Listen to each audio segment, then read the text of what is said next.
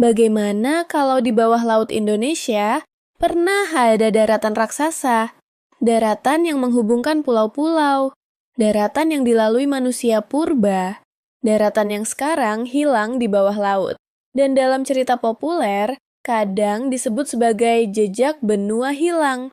Nama yang sering muncul adalah Lemuria. Sebagian orang membayangkan Lemuria seperti Atlantis versi Asia, benua purba yang tenggelam, peradaban kuno yang hilang, teknologi rahasia, manusia spiritual, mitos banjir besar, dan kemungkinan bahwa Indonesia pernah menjadi bagian dari dunia yang lebih besar. Tapi, sebelum kita masuk terlalu jauh, kita harus meluruskan satu hal penting. Lemuria awalnya bukan teori tentang peradaban super. Lemuria lahir dari pertanyaan ilmiah abad ke-19. Pada masa itu, para ilmuwan sedang mencoba memahami kenapa hewan tertentu bisa muncul di wilayah yang berjauhan. Salah satu teka-tekinya adalah persebaran lemur dan kerabatnya, terutama antara Madagaskar dan India. Sebelum teori tektonik lempeng diterima luas, para ilmuwan sering menjelaskan pola seperti ini dengan gagasan jembatan darat. Dari sinilah muncul hipotesis Lemuria, sebuah daratan besar yang diduga pernah menghubungkan wilayah Samudra Hindia, lalu tenggelam. Pada zamannya, ide itu terdengar masuk akal, karena ilmu bumi belum seperti sekarang.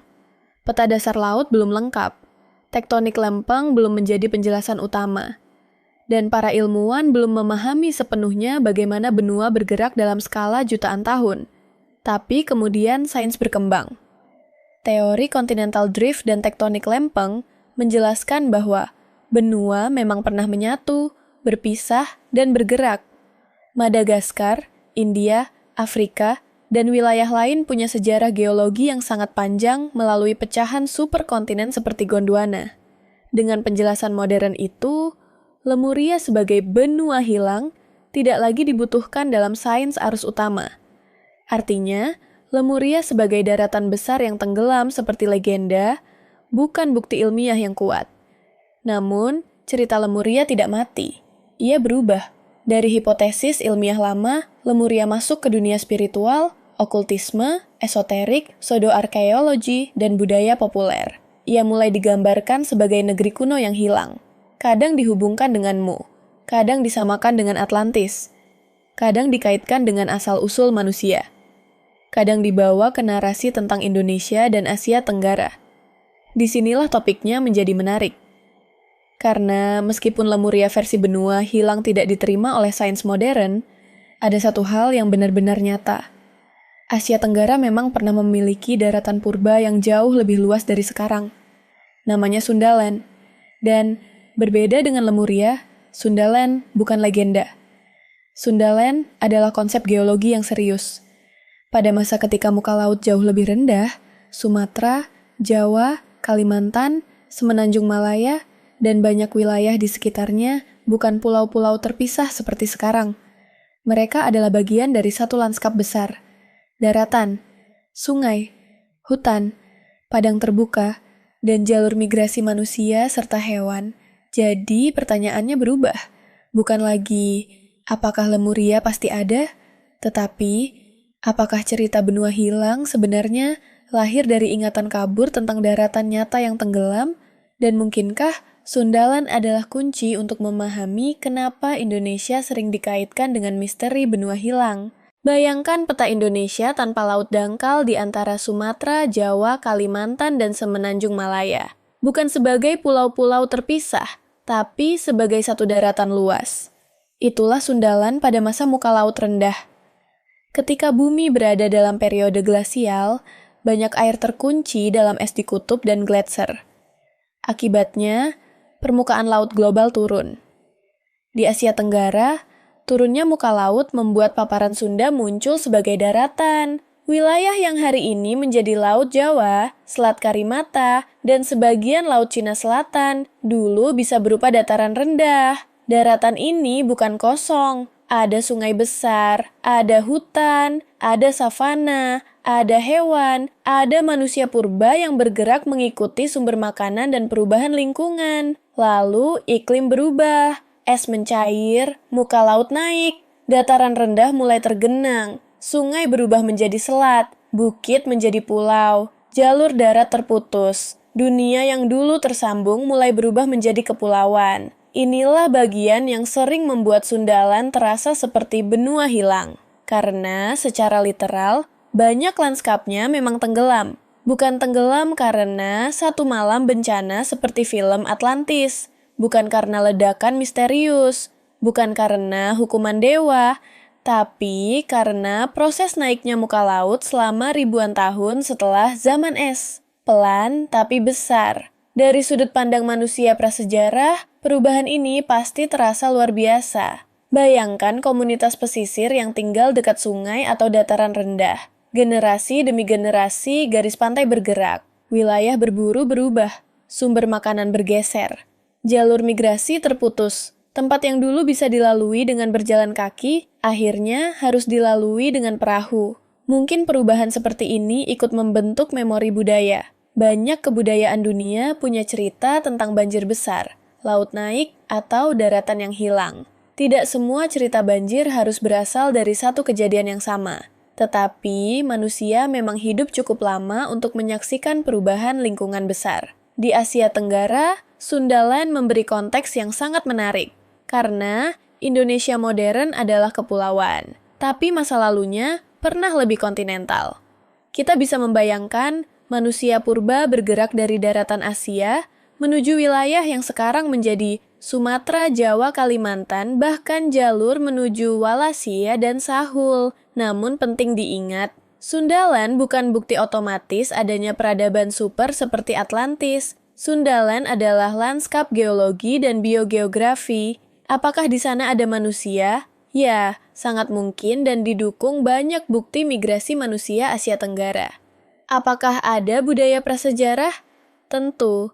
Apakah ada komunitas pesisir yang hilang karena laut naik? Sangat masuk akal. Tapi, apakah itu berarti ada kota teknologi tinggi yang tenggelam? Belum ada bukti kuat. Inilah garis batas yang harus dijaga. Sains memberi kita daratan yang hilang, tapi cerita populer sering menambahkan peradaban yang hilang. Keduanya tidak selalu sama, namun bukan berarti misterinya menjadi membosankan. Justru sebaliknya, Sundaland membuat kita melihat Indonesia dengan cara baru. Bukan hanya sebagai kumpulan pulau, tapi sebagai puncak-puncak dari lanskap purba yang sebagian besar kini berada di bawah laut. Dan jika ingin mencari Atlantis Asia dalam arti ilmiah, mungkin bukan kota emas yang harus kita cari. Mungkin yang harus kita cari adalah jejak kehidupan manusia di pesisir purba yang sekarang tenggelam. Pertanyaannya, apakah legenda benua hilang sebenarnya bukan tentang Lemuria, melainkan tentang Sundaland yang benar-benar pernah ada? Ketika orang membicarakan Lemuria, Sundaland, dan Indonesia, satu kata sering muncul, DNA. Seolah-olah DNA bisa langsung membuktikan bahwa ada benua hilang atau peradaban kuno yang terlupakan. Padahal, DNA bekerja dengan cara yang berbeda. DNA bisa memberi petunjuk tentang migrasi manusia, percampuran populasi, hubungan antar kelompok, jejak leluhur, dan pergerakan manusia dalam waktu sangat panjang. Dalam konteks Asia Tenggara, penelitian genetik menunjukkan sejarah yang kompleks. Ada lapisan populasi lama, ada migrasi dari daratan Asia, ada pergerakan menuju kepulauan, ada hubungan dengan Austroasiatik, Austronesia, Papua, dan berbagai kelompok lain. Ada jalur panjang antara Sunda, Wallacea, dan Sahul. Semua itu sangat menarik, tapi DNA tidak bisa langsung berkata, di sini pernah ada Atlantis. DNA tidak menunjukkan bangunan, tidak menunjukkan kota, tidak menunjukkan teknologi, tidak menunjukkan kerajaan hilang. Untuk membuktikan peradaban, kita butuh arkeologi, artefak, struktur, permukiman, sisa makanan, alat batu, keramik, tulang, jejak ritual, lapisan tanah, penanggalan yang jelas, dan konteks yang bisa diuji. Sampai hari ini, gagasan Atlantis Asia masih lebih tepat disebut spekulasi populer daripada kesimpulan ilmiah. Namun spekulasi itu menarik, karena berangkat dari sesuatu yang nyata. Indonesia memang berada di jalur penting sejarah manusia. Asia Tenggara memang punya lanskap purba yang berubah drastis. Sundaland memang pernah menjadi daratan luas. Muka laut memang naik dan menenggelamkan banyak wilayah pesisir. Dan laut dangkal di sekitar Indonesia mungkin menyimpan jejak arkeologi yang belum banyak ditemukan. Jadi misterinya bukan kosong. Misterinya nyata, tetapi bentuknya berbeda dari legenda. Bukan harus kotak kristal. Bukan harus teknologi hilang. Bukan harus bangsa Lemurian yang lenyap. Misteri sebenarnya adalah berapa banyak sejarah manusia, prasejarah, yang sekarang berada di bawah laut. Karena arkeologi darat hanya membaca tempat yang masih bisa digali. Sementara banyak komunitas manusia purba mungkin tinggal di pesisir. Dan pesisir adalah wilayah yang paling rentan tenggelam ketika muka laut naik.